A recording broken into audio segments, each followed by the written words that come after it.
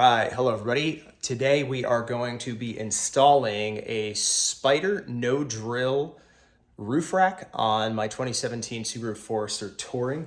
We're also going to be doing, as part of this project, a Rigid Industries Revolve light bar and also some light pods as well from Rigid. So pretty excited about this project. I've been planning for it for a long time and look forward to getting underway here. So I'll show you some of the stuff we're going to be doing, and then we're going to just kick it off. Here we go. So here is the Spider no drill roof rack.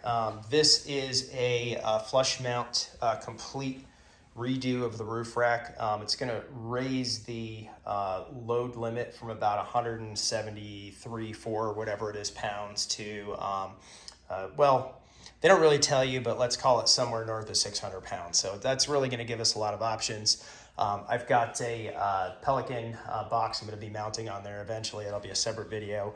And then I've got a bunch of other gear here as well. Oh, by the way, marine grade Loctite. Definitely something everybody told me when I started this project I'd need to kind of kick it off. So excited about that. But also over here have a Revolve 20-inch light bar, which we'll be installing as well. And I've got the also Rigid Radiance RGBW pods, which we're going to be installing as well. Not 100% sure where I want to put them, if I'm just going to use them as ditch lights or maybe kind of functional spotlights. Not really sure there, but we'll make some decisions about that, and that probably is going to be a separate video. But just wanted to let you know the overall project, and then we've got a draw tight hitch here, which is going to be going on as well in a separate video. So super excited about all this, and let's get underway with the headliner. Now, if you're like me, you've probably watched a ton of videos and talked to a ton of people as well. I've got this headliner in here, which is in really actually very good condition. I've got, you know, kind of a couple of slight marks on it here, but overall, this is a 2017 Subaru Forester Touring 2.5i. All right, so one thing you want to 100% do is, since if your car has side curtain airbags, which this one does, it's 2017 Forester Touring, you're gonna want to remove the negative terminal from the battery. You want to make sure there's no power going anywhere on anything that shouldn't be. It's also nice too, just if you're gonna have your doors and everything open, you don't want to drain the battery in the process of doing this. So highly recommend that you disengage that so you don't end up with exploding airbags or dead battery, or just straining the battery with all the lights and everything on, doors open for a couple hours. We are going to start with removing the visors here. So the visors are a little tricky on here. This has a pin up in here, a little hole up in here that you can basically insert the head of a screwdriver into, and it'll pop that right off. And then you can basically pop this cap off of here, and there's some screws right under there. So we'll see what that looks like here in just a minute.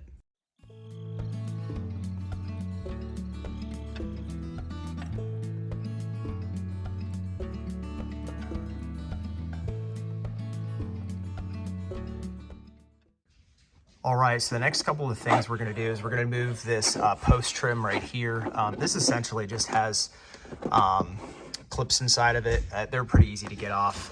Just don't yank on it too hard so you don't break anything, but this piece comes off pretty easily. And then we're gonna take this trim off here from around the sunroof. If you don't have one of these, you don't have to worry about it, but this does. So we're gonna take this trim off all the way around there, and then we should be in a good spot.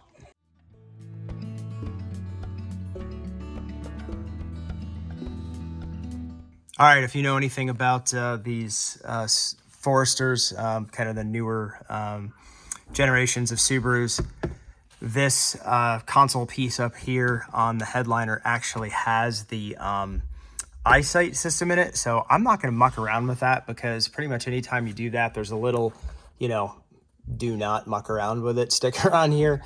I'm going to see if I can jiggle the headliner loose enough to get up underneath it. I've heard that you can. We'll see how that works out, but to get the bolts loose for the roof rack. So hopefully I don't have to remove that, and that won't be an issue.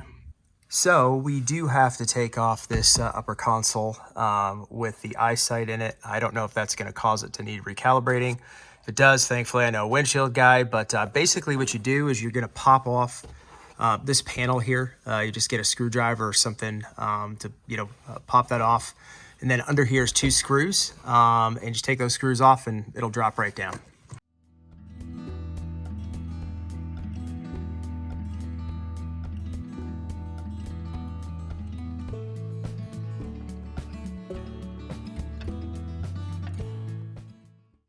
All right, one thing that I was not able to find on any of the videos for removing the headliner is how to get this light out above the passenger row. So basically, this lens just pops off here, and there are 2 screws right up in here that need to be removed, and then it comes down. There's a bracket inside the headliner. It just comes down. I'll show you how to do it right now.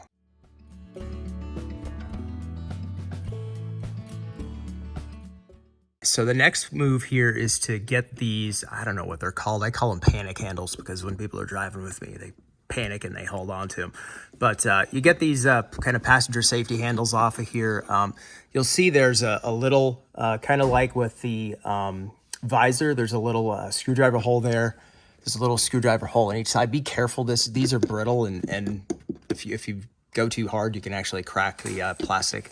But basically, this is a cover over an anchor, and the anchor slides out, as you'll see here in just a minute. And you just slide those anchors out, and then you're able to pull the handle out of the headliner pretty simply.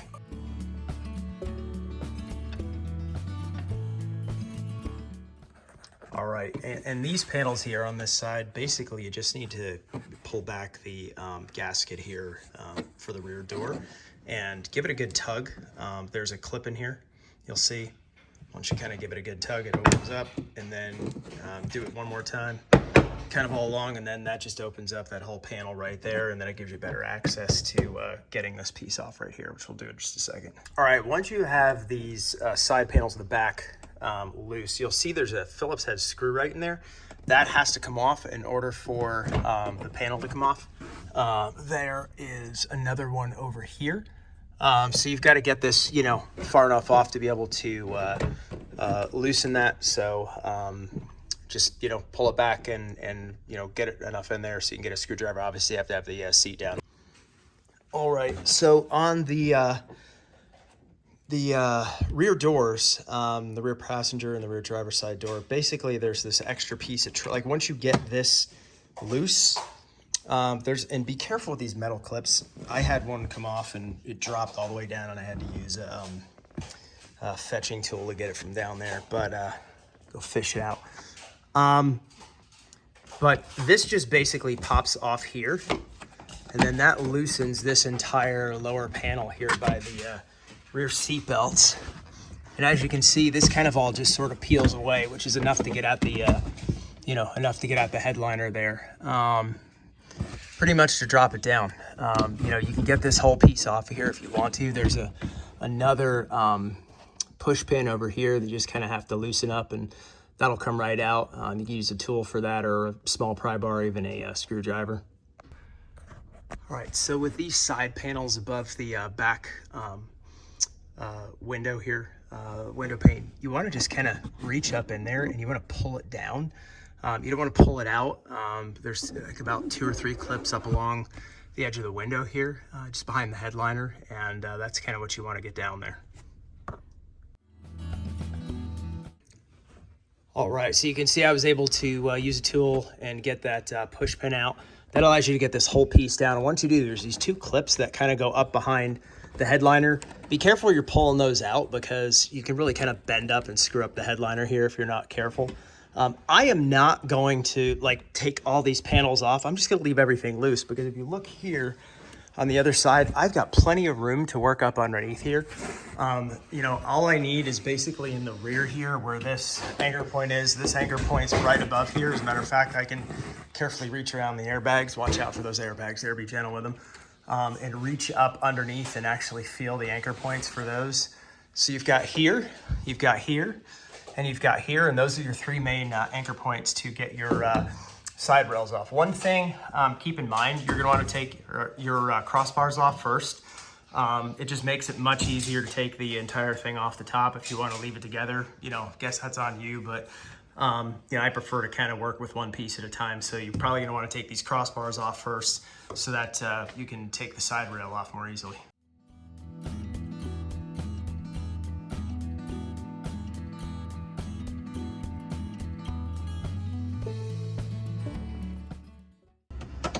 All right, so now you can kind of drop the headliner enough to get up under there and kind of see what's going on. So kind of an interesting world up there in the top of your car if you've never been up in there before.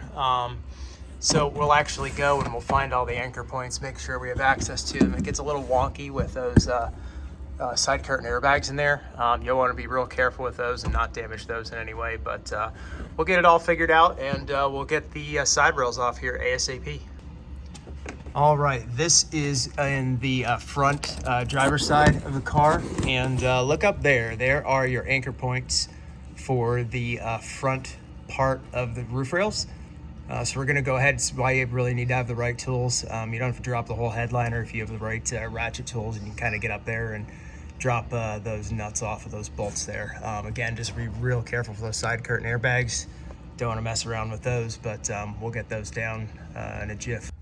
All right, there's a lot of ways you could skin that cat of getting those bolts out. I chose these super slim wrenches I actually have for mountain biking.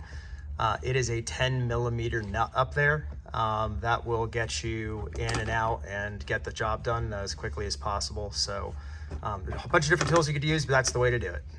All right, now for the center post. Well, it's, I guess, about 3/4 of the way back, but this is right above or right at the kind of turn in the door frame here. I'm on the driver's side rear door.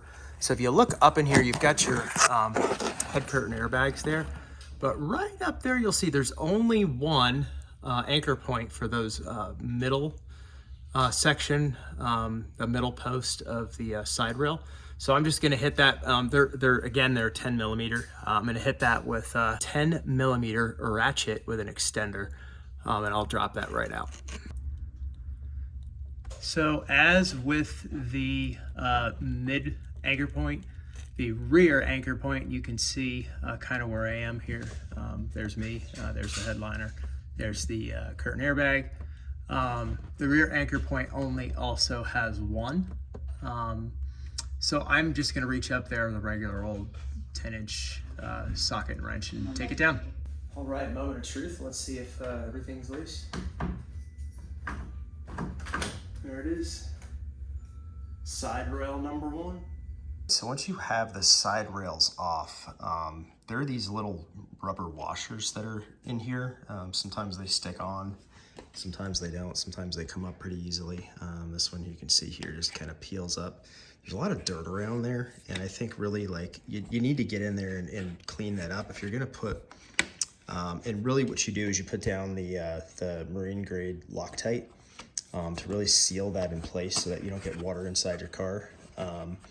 And so you really wanna, like, you know, get a rag, get some, you know, at least some soap and water, if not maybe some alcohol, just to clean up that area, just to make sure that Loctite's gonna you know, adhere to it really well.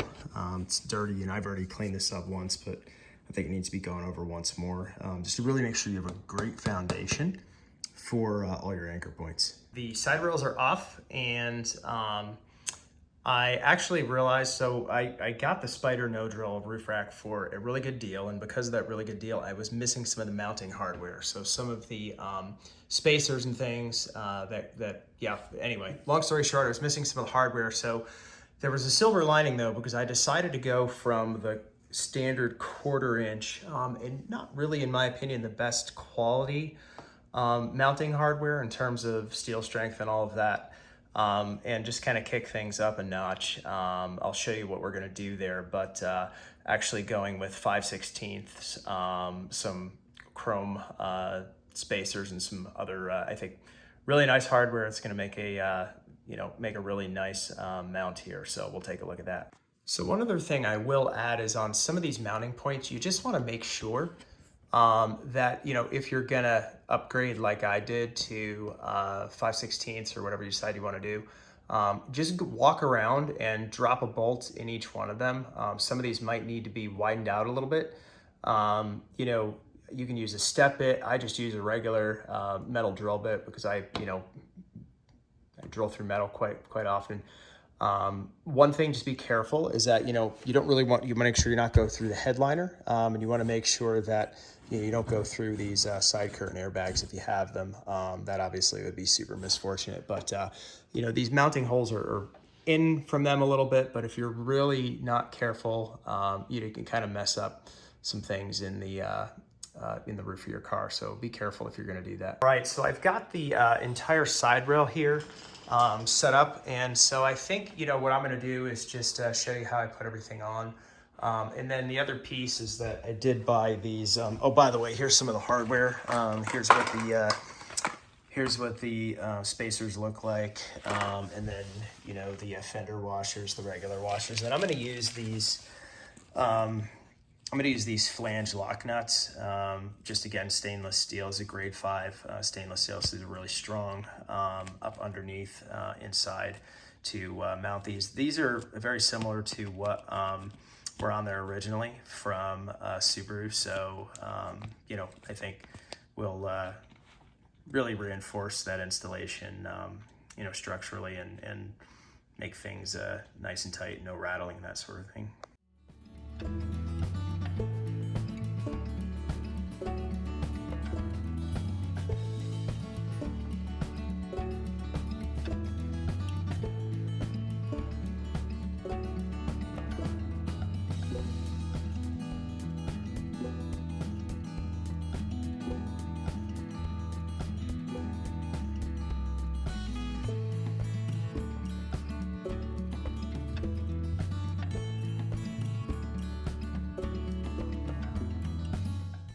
Now that we have that loosely mounted, by the way, I'll show you. There it is. There's the side rail loosely mounted. What we're going to want to do is go up in and just put some of those flanged nuts up on the bottom of the screws. Don't tighten it up though, because you're going to want to do the other side rail first and leave both side rails loose, so that when you put the crossbars on, you want to adjust them or whatever, it's just much easier that way. You kind of tighten those up at the end once you get the crossbars all on. So we'll just plow through it and finish it up here.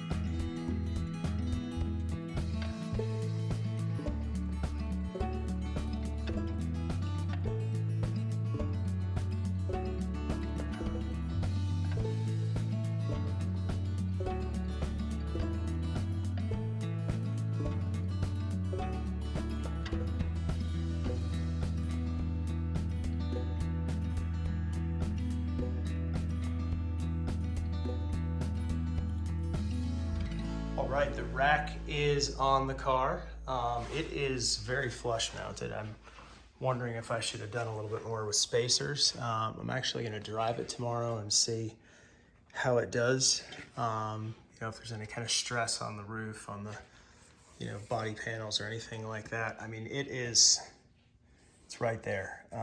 So we'll see how we do with that. I mean, it is not digging into the body panels, but it is definitely flush mounted. But we'll see how that looks tomorrow, and we'll take it from there. But now just to put everything back together, which is going to take a little bit. All right, one thing to keep in mind is when you're putting the car back together, try to do it in the same order that you took it apart. You're going to forget things, you're going to not be able to reach stuff. So it's kind of imperative you do it in the same order. If you don't remember, that's too bad.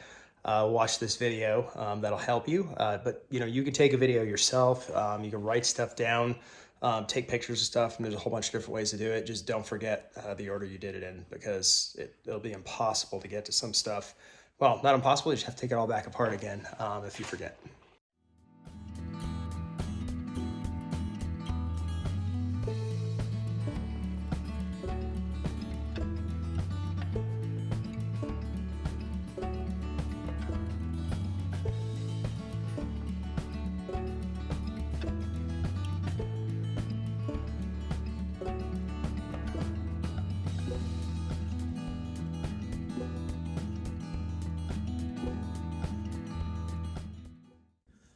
So one little PS item for you. If your Spider No Drill roof rack came with a rubber gasket, that's where it goes.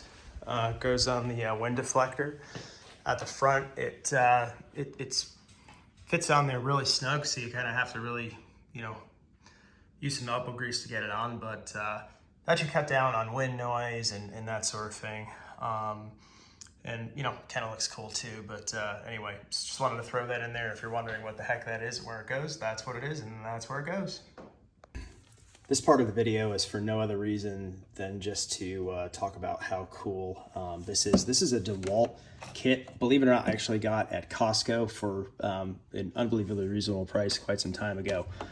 This is probably the most handy thing I've ever had, kind of all in one place, other than, a professional tool chest of drawers, that takes up a ton of room in the garage. This just slides right on my shelf.